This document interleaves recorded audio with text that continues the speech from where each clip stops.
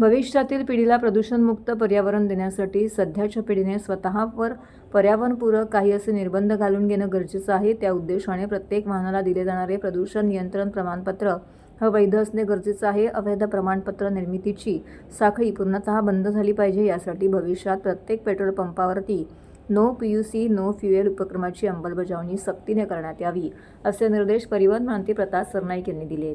या अनुषंगाने परिवहन आयुक्त कार्यालयात आयोजित बैठकीत परिवहन मंत्री बोलत होते।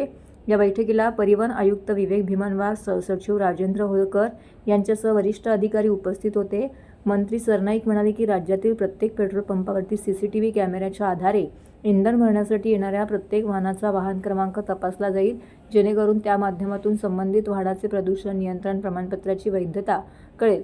जर त्या वाहनाचे प्रदूषण नियंत्रण प्रमाणपत्र वैध नसेल तर त्या वाहनाला इंधन दिले जाणार नाही।